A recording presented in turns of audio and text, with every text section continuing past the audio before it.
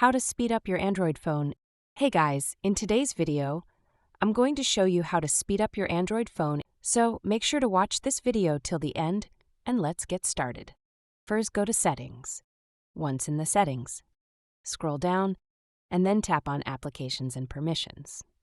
Now tap on App Manager, scroll through the list and uninstall the apps you don't use anymore. After that, go back and tap on RAM and storage space. Then tap on Clean up storage space and clear junk files or unnecessary cached data. Now go back to Settings and tap on Battery. Tap on High Background Power Consumption and disable it for apps that don't need to run in the background. Now go back to your home screen, long press on any empty area, tap on Widgets, and remove any that you don't use or that update constantly. Finally, restart your phone to refresh the system and apply all the changes. That's all for the video. Try these simple tricks and your Android phone should feel much faster instantly. If you found this helpful, give it a thumbs up and don't forget to subscribe.